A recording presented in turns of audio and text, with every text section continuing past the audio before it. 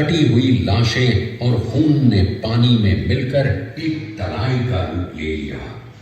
इतिहासकारों ने इस तराई को रक्त तराई का नाम दिया। इस युद्ध में ग्वालियर का एक पूरा राज परिवार, जिसमें राजा राम शाह कमर और उनके दोनों पुत्र थे, शहीद हो। पर्याप्त संपत्ति नहीं थी तो उनके वित्त मंत्री भामाशाह ने अपनी सारी सुख सुविधा को छोड़कर अपने राजा को स्वयं का धन 25 लाख रुपए व राजकोष में 20,000 अशर्फियां देश के लिए अर्पित पाया था। इस किले के अंदर 9 मई 1540 ईस्वी में महाराणा प्रताप का जन्म हुआ था। इस किले की ऊंचाई समुद्र तल से 3,568 फीट की है। इस किले की दीवार 36 किलोमीटर तक फैली हुई है। इस दीवार का नाम ग्रेट वॉल ऑफ चाइना के बाद द्वितीय पायदान पर दर्ज है। इस किले के अंदर 360 प्राचीन मंदिर हैं। उन मंदिरों में से जग प्रसिद्ध महादेव का मंदिर सबसे प्राचीन है। कुंभलगढ़ किला यहाँ से 65 किलोमीटर की दूरी पर है। कृपया, ये दृश्य मेवाड़ की प्राचीन राजधानी चित्तौड़गढ़ का है। इसी किले के अंदर महाराणा प्रताप का बचपन बीता था। इस किले की तलहटियों में महाराणा प्रताप ने अपने गुरु से शिक्षा प्राप्त की थी। ये किला 12 वर्ग किलोमीटर में फैला हुआ है। इस किले पर जब भी विदेशी आक्रांताओं ने आक्रमण किया और उस आक्रमण में कोई भी राजा व सैनिक वीर गति को प्राप्त कर लेते, तो उनकी पत्नियां वीरांगनाएं अपने सतीत्व की रक्षा करने के लिए जलती हुई अग्नि में कूद प्राणों को त्याग देती थी, जिसे हम जौहर कहते हैं। चित्तौड़गढ़ में 3 मुख्य बड़े जौहर हुए थे। प्रथम जौहर 1303 ईस्वी में रानी पद्मिनी ने 16,000 स्त्रियों वीरांगनाओं के साथ जौहर किया था, सिर्फ अल्लाउद्दीन खिलजी के कारण।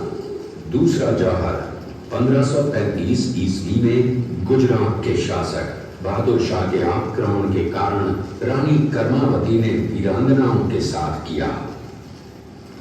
और तीसरा जौहर 1568 ईस्वी में जब अकबर ने चित्तौड़गढ़ पर आक्रमण किया, उसी समय रानी फूलकुंवरी ने 7,000 वीरांगनाओं के साथ जौहर किया। फिर भी अकबर का मन नहीं भरा और अंत में हजारों आम लोगों का कत्लेआम करवाकर उन्हें मौत के घाट उतारा गया। इस किले में देखने योग्य विजय स्तंभ है, कीर्ति स्तंभ, मीरा मंदिर, जैन मंदिर, कालिका माता मंदिर, भामाशाह हवेली, कुंभाश्याम मंदिर, फतेह प्रकाश महल हैं। ये किला यहां से 140 किलोमीटर दूरी पर है। ये देखते हुए सभी अतिथि आगे की तरफ चले। ये शेरपुर गांव का दृश्य है। अब्दुल रहीम खान खाना अजमेर का सूबेदार था। जब वो शेरपुर पहुंचा तब इसका पता कुंवर अमर सिंह को चला, जो महाराणा प्रताप के पुत्र थे। अमर सिंह ने शेरपुर छावनी पर अचानक आक्रमण कर दिया। उस आक्रमण में मुगल सेना में भगदड़ मच गई। मुगल सेना को अपनी छावनियों को छोड़कर भागना पड़ा। छावनियों के अंदर से लूटा हुआ माल व अब्दुल रहीम खान खाना, जिसकी बेगम आनी खान को बंदी बनाकर महाराणा प्रताप के सामने पेश किया गया। तब अमर सिंह पर महाराणा प्रताप क्रोधित हुए और कहा, जहां से इस नारी को बंदी बनाकर लाए हो, इसे पुनः ससम्मान लौटा कर आओ। महाराणा प्रताप ने कहा, हमें नारी से कोई दुश्मनी नहीं है, हमें तो देश विद्रोहियों से दुश्मनी है, जिन्होंने चारों तरफ आतंक फैलाया है। महाराणा प्रताप के आदेश का पालन करते हुए कुंवर अमर सिंह ने उस मुगल नारी को ससम्मान छावनी तक पहुंचाया। इस प्रकार महाराणा प्रताप ने अपने क्षत्रिय राजपूत धर्म का पालन किया और पराई स्त्रियों को मां, बेटी और बहन का दर्जा दिया। ये है महाराणा प्रताप का चरित्र और नैतिक उदारता का परिचय। ये देखते हुए सभी अतिथि आगे की तरफ चले। मेवाड़ की एक ऐसी मां थी जिसने अपने पुत्र का बलिदान देकर राजवंश की रक्षा की थी। उस मां का नाम पन्नाधाय था।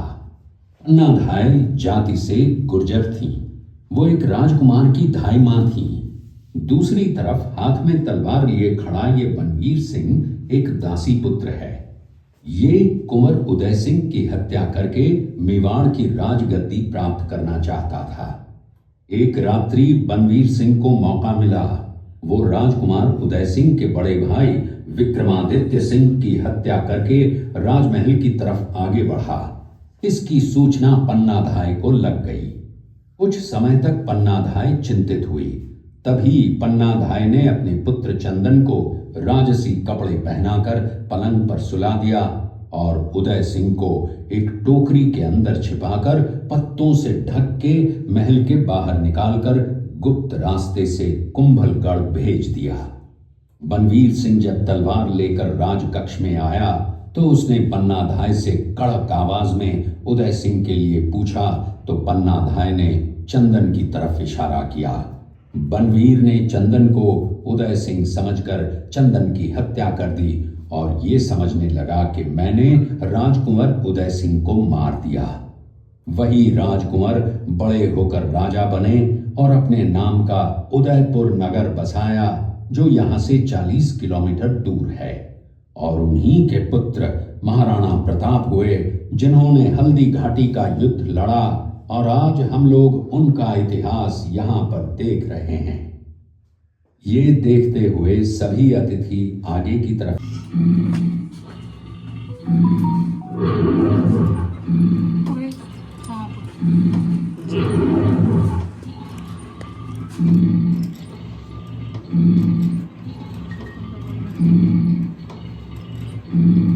ये घटना महाराणा प्रताप की वीरता को दर्शाती है। एक समय नरभक्षी बाघ का आतंक छाया हुआ था। महाराणा प्रताप ने उस बाघ का शिकार कर उस बाघ को मार डाला। ये घटना महाराणा प्रताप की वीरता की प्रतीक है। कृपया अब आप सब पीछे की तरफ देखा। अपनी प्रतिज्ञा का पालन करते हुए महाराणा प्रताप ने प्रतिज्ञा की थी कि जब तक अपनी मातृभूमि को शत्रुओं से मुक्त नहीं करा लेता तब तक न तो मैं महलों में रहूंगा, न किसी धातु के पात्र में भोजन करूंगा, न किसी गद्दी के बिछौने पर सोऊंगा। पत्ते ही भोजन के पात्र होंगे, जमीन ही बिछौना होगा। इस प्रतिज्ञा का पालन उन्होंने 21 वर्षों तक जंगलों में रहकर किया। इस दृश्य में देखिए महाराणा प्रताप वृक्ष के नीचे बैठकर पत्तों पर खाना खाते हुए। इसी कारण हम आज भी महाराणा प्रताप को श्रद्धा व सम्मान से याद करते हुए देशभक्ति की प्रेरणा प्राप्त करते हैं। ये देखते हुए सभी अतिथि आगे की तरफ चले। ये दृश्य महाराणा प्रताप और सुविख्यात स्वामी भक्त घोड़े चेतक के अंतिम मिलन का है। हल्दी घाटी युद्ध के बाद चेतक घोड़े ने 22 फीट के एक बरसाती नाले को पार किया। ये उसी समय का दृश्य है। पास में खड़े महाराणा प्रताप के छोटे भाई शक्ति सिंह हैं, जो पहले मुगल सेना में थे। बाद में वो महाराणा प्रताप की तरफ आए, माफी मांगी और अपना घोड़ा महाराणा प्रताप को दिया। ये देखते हुए सभी अतिथि आगे की तरफ चले। पानी डाल के इसको उबाल के बनती है तो उसे